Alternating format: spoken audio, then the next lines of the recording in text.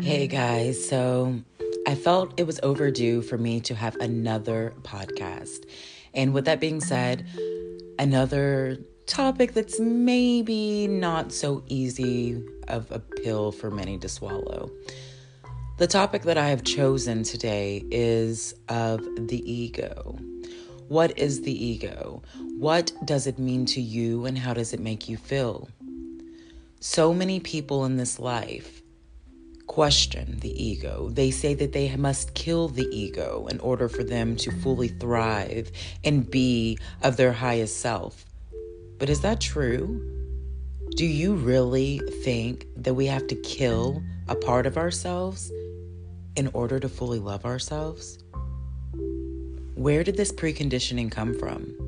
Where did this philosophy on life root from? Did it root from our youth? Did it root from the basis of who we are? Or is this something simply put together to make us feel that our truest essence of ourselves expression is not valued and it cannot be something of an evolving nature? So, in case anyone is new here, I just want to start off with saying hello. My name is Tara, aka Terrestrialaura, known on all social media platforms. You can find me on TikTok, Instagram, Twitter, Spotify, YouTube, and I'm sure I'm missing one, but I will make sure I remember by the end of this video and I'll repeat them again. Also, all of my podcasts here in this space are also broadcast on YouTube via video. Some of them are actual video recordings of me recording and some are not. Sadly, I just set up all of my equipment to record this and make a video with it, and then suddenly I just decided to start recording. So I will not have a visual for this actual session of our discussion. And this may be a longer podcast than my typical podcast, but it's only because this is a topic that sets so fiery in the vessel of my soul. And notice I said the vessel of my soul, because the going of ourselves, the egoic nature, some could even say the narcissism of ourselves, because who doesn't hold some type of element of narcissism within themselves? If you think that you don't, then most likely you carry more than you realize, and that's okay. And I'm not here to judge you. I am not here to do anything other than bring attention to what lies in the dark. And when I say lie, think of the usage of words. Lie can be to lay as lie can be to lie. So we can lie to ourselves just as we can lie as we lay. And just remember, whenever we view life in these different perspectives and these different objectives and we see things, it doesn't mean that we should feel bad about ourselves. It doesn't mean that we should feel guilt or shame for who we are and how we feel. But instead, taking the seed, planting it within ourselves, putting it in the dark and letting it breathe to feed and see, and watering that energy to let it have the creation to be able to formulate the matter that it's meant to be. So now that intro's done, let's touch on the topic of ego. Ego. How do you perceive ego? Do you perceive ego as something that only people who haven't killed their ego experience? Do you see it as a low vibrational thing? Or do you see and utilize the ego as something that is a reflection of our soul's essence? We are these physical embodiments of soul, of the central solar systems of ourselves. When we see life in this way, we're able to realize that everything of us is a reflection of the matter of our heart and soul. Many people refuse to touch on topics that make them feel uneasy or uncomfortable. And a lot of times we will use that energy of that uncomfortability as a guard, as a protective shield, as a layer to be able to prevent anyone from tapping into the energy in which we really truly feel. But is that something that we all must do simply because that is how it is perceived and how it is handled by some? What if I told you that I fully, 100%, wholeheartedly believed that the ego can be your best ally in life? That your ego can be your number one source of protection and a tool to be utilized, harvested, and actually used in a way to where it can benefit you in the most powerful ways. The ego is something. It can either protect you and shield you and hurt others, or it can protect you and show you yourself to be open to others, to be open to receive outer dialogue and inner dialogue simultaneously, to be able to understand how you are both perceived, received, and also how your consciousness is internally weaving within itself. If we always believe that an aspect about ourselves is unhealed and it's needing to die, then we'll never go into the energy of wanting to work on it.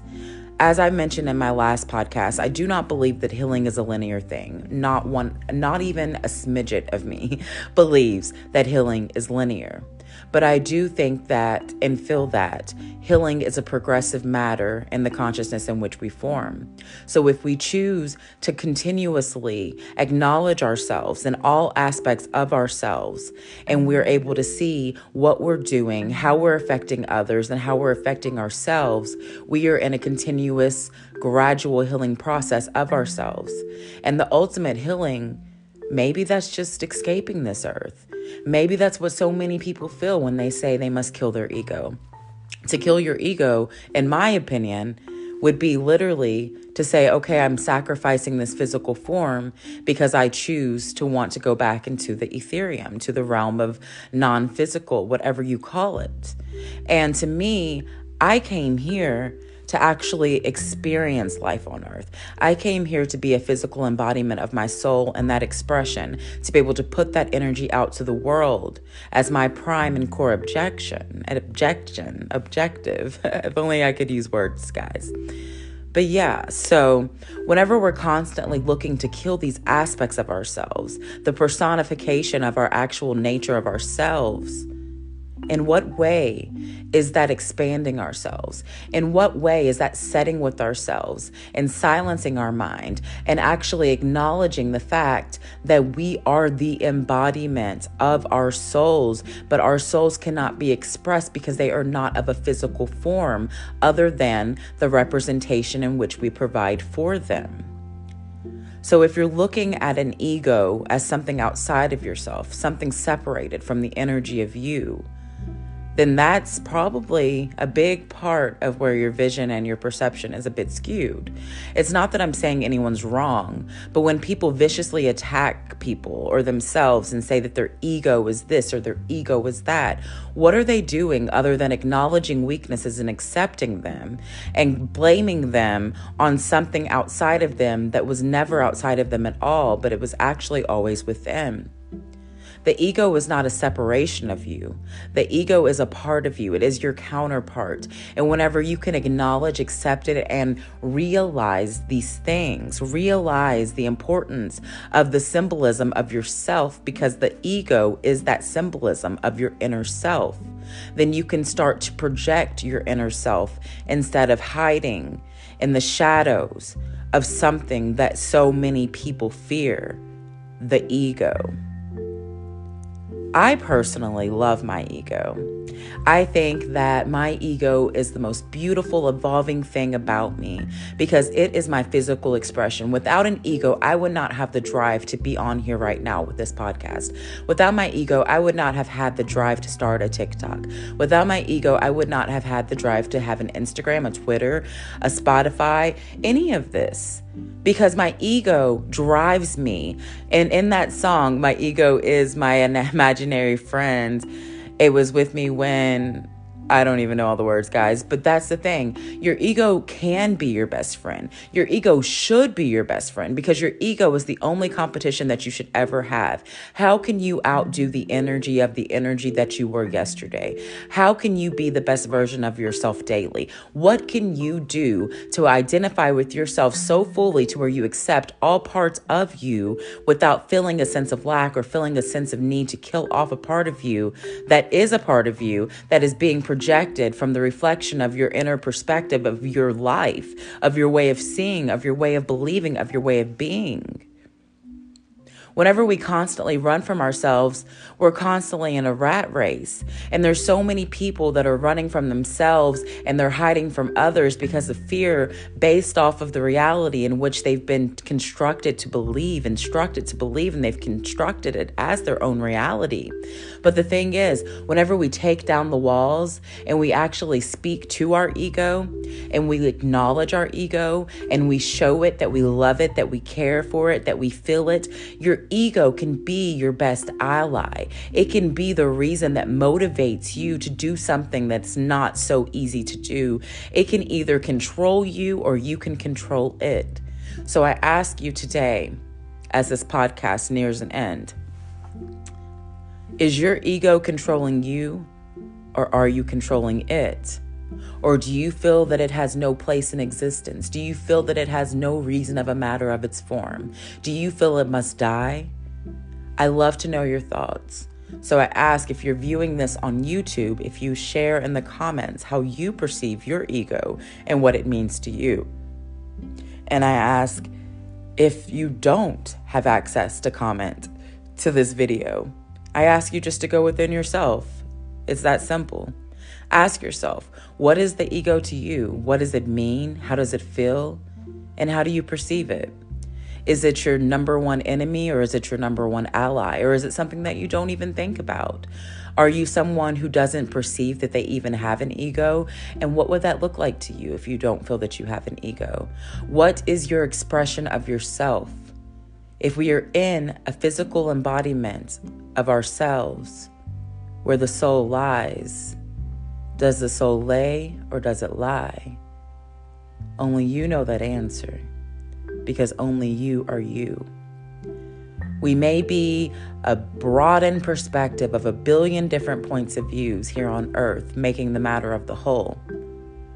But the thing is, we are individual beings.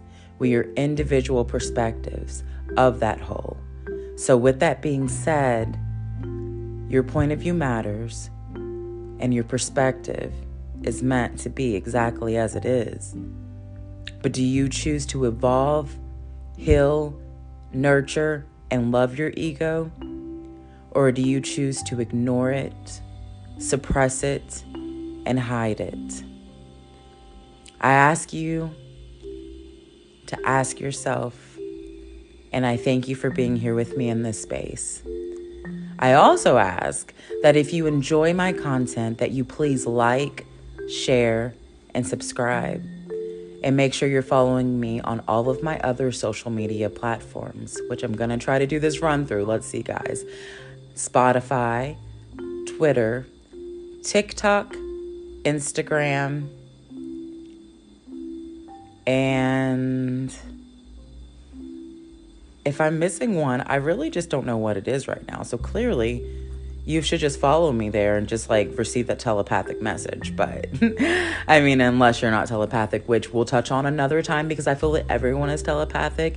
It's just a matter of tapping into the energy.